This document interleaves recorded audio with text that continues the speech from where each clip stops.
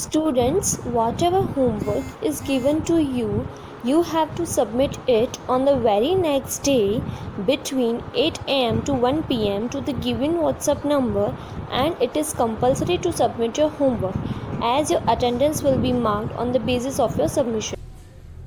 Hello students, this is Nitin Sharma and today we are going to start with our new chapter, that is chapter number 30. Direct and inverse proportion. Okay, so direct and inverse proportion समझने से पहले हमें एक term समझना पड़ेगा, that is variation. Okay, अब ये variation क्या होता है? वेरिएशन अगर सिंपल मैं सिमिलर वर्ड इसका बताऊं, दैट इज चेंज. ओके, अब नाउ यहाँ पे हम किस चेंज की बात कर रहे हैं, जैसे इसको हमें एग्जाम्पल के थ्रू समझते हैं, बाद में हम डेफिनेशन देखेंगे. जैसे मैंने आपको एक कंडीशन दी कि आपको यहां से स्कूल, आप घर से स्कूल आते हो, मैंने आपको दो ऑप्शन दिए कि आप बाय वॉकिंग आओ या by cycling. Okay, so by walking में आपकी क्या होगी, स्पीड थोड़ी कम होगी as compare to your cycling. Okay, so speed कम होगी तो आपको घर से स्कूल आने में क्या लगेगा, टाइम ज्यादा लगेगा. ओके, यानी कि स्पीड आपने कम की तो आपको टाइम क्या लगा, ज्यादा लगा. यानी कि किसी एक क्वांटिटी के कम करने से कोई दूसरी क्वांटिटी पर असर हो रहा है. ठीक है, चेंज हो रहा है. ओके, अभी हमने क्या बताया था, variation is nothing but a change. Okay, किसी एक क्वांटिटी के कम या ज्यादा करने से किसी दूसरे क्वांटिटी पे अगर असर पड़ती है तो हम बोलेंगे कि वो क्वांटिटीज किसमें है, वेरिएशन में. ओके, फिर से हम अपने एग्जाम्पल पे आते हैं. एग्जाम्पल क्या दिया हमने, आपको घर से स्कूल आना है and you have two options, by walking and by cycling. तो बाय वॉकिंग आपने देखा कि आपकी स्पीड क्या है, कम है, तो आपको टाइम क्या लगा, ज्यादा लगा.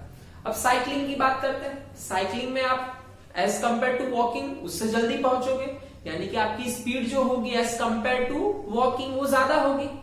ओके, तो जितनी स्पीड ज्यादा होगी उतना आपका टाइम क्या लगेगा, कम लगेगा. तो हम क्या बोल सकते हैं कि स्पीड एंड जो टाइम है वो क्या है, इन वेरिएशन में है.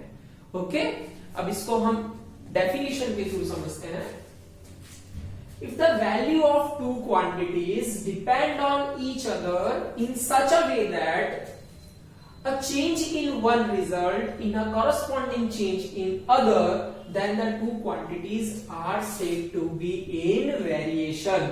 यहां पे नोट करने वाला पॉइंट क्या है कि चेंज इन वन रिजल्ट, किसी एक के रिजल्ट में मैं चेंज करता हूं, यानी कि कम ज्यादा करता हूं, तो उससे करस्पॉन्डिंग क्या होगा, दूसरे में भी क्या होगा, चेंज होगा ही होगा. Okay, then these two quantities, तब उन दो क्वांटिटीज को मैं क्या बोलूंगा, वो किसमें है, वेरिएशन में है. ओके, वेरिएशन का मीनिंग मैंने क्या बताया, यहाँ पे चेंज से है कि किसी एक क्वांटिटी को अगर मैं चेंज करता हूं तो इसका इफेक्ट किसी दूसरे क्वांटिटी पर भी आएगा. इसे हम और एग्जांपल से समझ लेते हैं. ओके, जैसे आप कोई शॉप पर आइटम परचेज करने जाते हो. ओके, आपने सपोज 3 आइटम परचेज की और उसका जो बिल बना वो, एंड आपने आइटम बढ़ाई तो ऑब्वियस है कि बिल भी आपका क्या, इंक्रीज ही होगा. यानी कि जितना ज्यादा आइटम आपने परचेज किया उतना आपका टोटल कॉस्ट भी क्या होगा, इंक्रीज होगा. यानी कि किसी एक क्वांटिटी पे असर करने पर कम करूंगा तो टोटल कॉस्ट कम हो जाएगा. इन टोटल आइटम्स को ज्यादा परचेज करूंगा तो मेरा टोटल कॉस्ट भी क्या होगा, इंक्रीज होगा. यानी कि ये दोनों एक दूसरे पे क्या कर रहे हैं, डिपेंड कर रहे हैं. ओके, कि ये कम तो टोटल कॉस्ट भी कम, एंड क्वांटिटी ज्यादा तो टोटल कॉस्ट भी आपका ज्यादा हो जाएगा. Clear? Then our second example is, more the money deposited bank, more is the interest earn. ठीक है, सपोज आप 10,000 रुपीज जमा करवाते हो एंड एक जगह पे आप 1 लाख रुपीज जमा करवाते हो, तो ऑब्वियस है कि 1 लाख रुपीज में आपको given time period, suppose 1 year के लिए आपको इंटरेस्ट ज्यादा किसमें मिलेगा, ऑब्वियस 1 लाख रुपीज में. ओके, तो जितने ज्यादा मनी डिपॉजिट किए उतने ज्यादा क्या मिला, इंटरेस्ट मिला. तो यहाँ पे कौन सी दो क्वांटिटीज जो है वो वेरिएशन में है, that is money deposited and interest earn, these two quantities are in variation, यानी किसी एक की चेंज करने से दूसरे पे क्या हो रहा है, चेंज हो रहा है। क्लियर?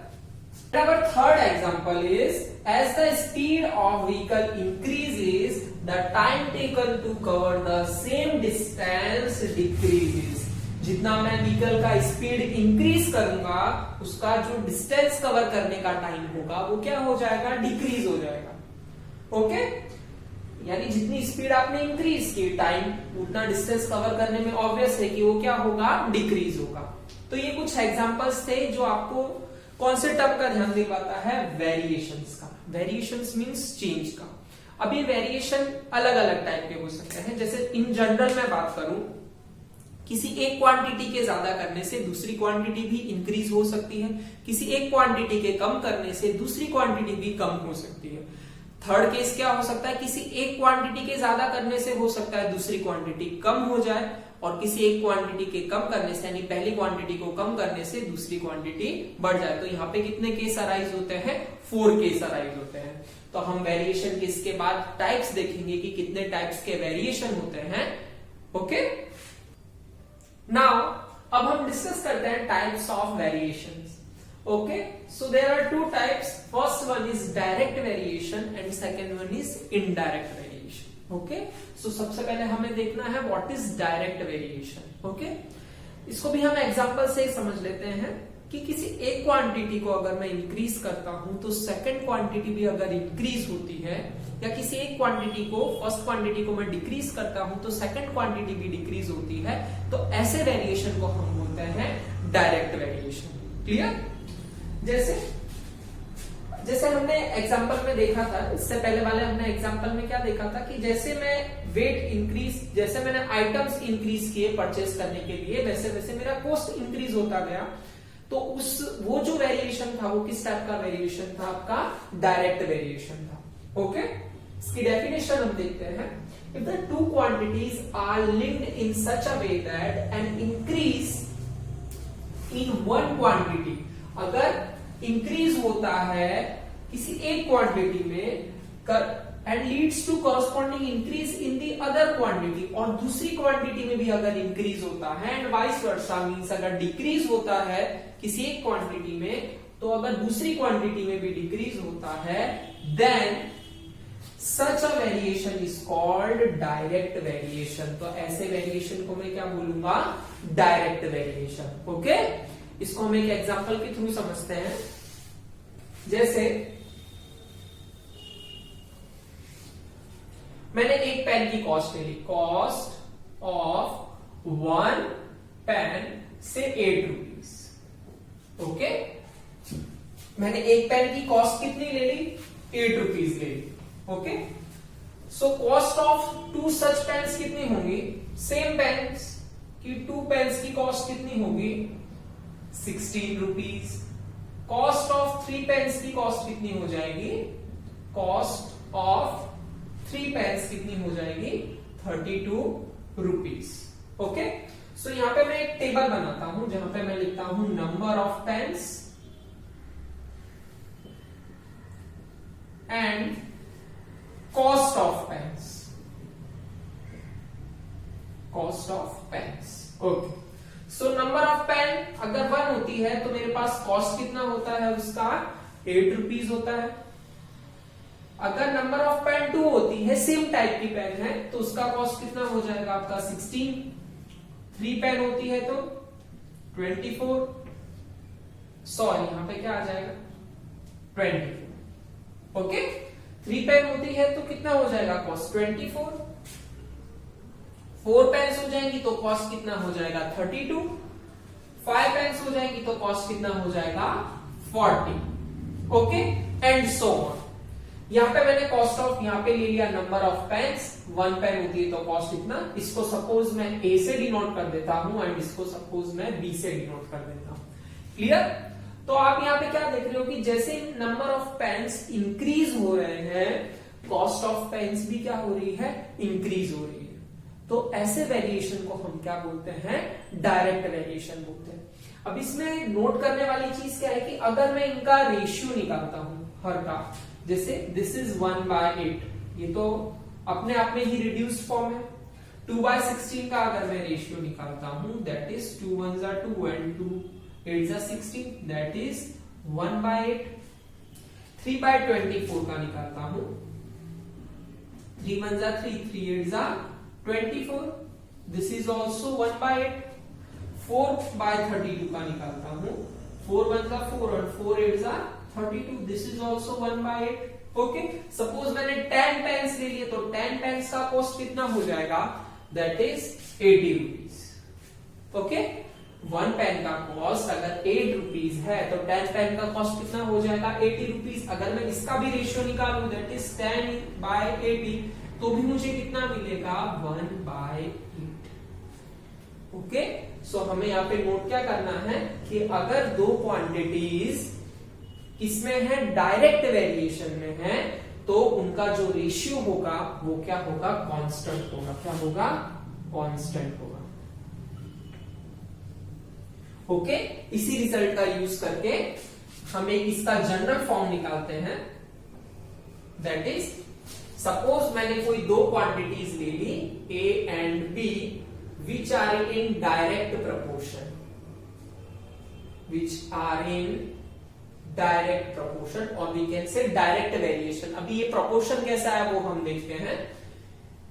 A एंड B अगर डायरेक्ट वेरिएशन में है और A1 एंड B1 उनकी कोई करस्पॉन्डिंग वैल्यू है, जैसे हमने देखा कि number of pens and cost of pens ये क्या थे डायरेक्ट वेरिएशन में थे और ये उनकी कुछ वैल्यू है। वैसे ही मैंने जनरल फॉर्म में क्या ले लिया कि A और B क्या है दो डायरेक्ट वेरिएशन में है और A1 एंड B1 इनके जैसी कोई वैल्यू है। ओके, सो A1/B1 अगर मैं करता हूं तो मुझे कोई कांस्टेंट मिलेगा, जैसे इस केस में मिला 1/8। यहां पे मैं उसको नाम दे देता हूं से K। ओके, दूसरी अगर मैंने वैल्यू ले ली से A2 एंड B2, जैसे इसकी कोई दूसरी वैल्यू है 2 एंड 16। A1 B1 को आप मान सकते हो 1/8।